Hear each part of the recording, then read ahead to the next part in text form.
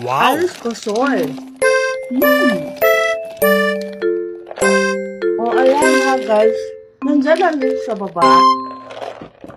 Click the yellow basket. Guys, alam niyo na ba na ang kasoy has protein, okay?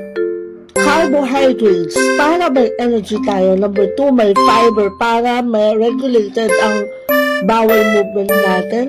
Meron siyang zinc para sa immune system. At number 4, meron siyang magnesium para ma-absorb ng body natin ang calcium na nakaka-strong ng ating bones and teeth.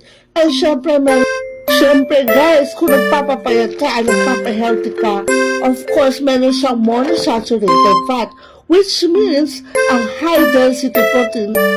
Syempre, pag sinabing high density protein, it has to go up. Diba? And yung low density lipoprotein, yung monosaturated fats, yung nakakapagpababa ng low density lipoprotein, meaning yung mga bad proteins na nagiging bilbil at mga know what you eat every day, guys. Alam niyo ba na healthy ang nuts? Any form of nuts is good for your body kasi syempre, nagbibigay ng energy.